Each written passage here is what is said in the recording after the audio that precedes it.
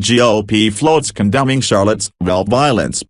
Republicans are floating a resolution to condemn the recent white supremacist protests in Virginia, a measure quickly hammered by Democrats who say the language echoes the equivocal response from President Trump. The draft resolution strongly denounces the groups that organized the Charlottesville rallies, singling out the white supremacists and neo-Nazis at the center of the marches, which led to the death of a counter-protester and 2 law enforcers responding to the violence. But Democrats are pouncing on language that condemns, in equal terms, both the racist groups and counter-protesters engaged in acts of violence. This resolution is a non-starter for Democrats, said a Democratic aide. It equates neo-Nazis and white supremacists with counter-protesters, and reeks of the same moral equivalence as Trump's statements. It's unclear who penned the document, or how close the Republicans are to finalizing it. The office of Rep. Bob Goodlatte, RV, chairman of the House Judiciary Committee,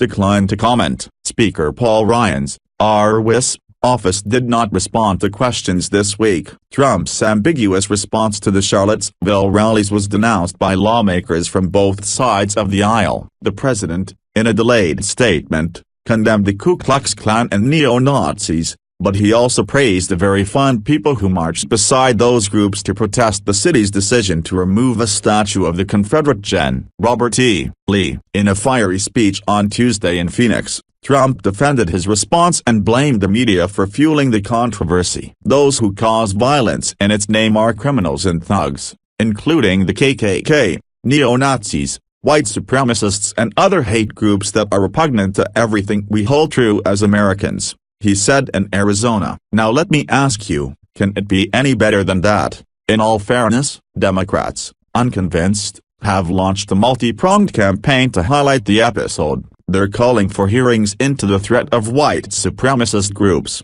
offering resolutions to censure Trump, and pushing to yank Confederate statues from the Capitol. Republicans have largely rejected those overtures, but their drought resolution signals a desire to make a public statement against the violence in Charlottesville that's captivated the country for much of the month. The one-page document, obtained by The Hill, offers an across-the-board condemnation of the violence in Charlottesville.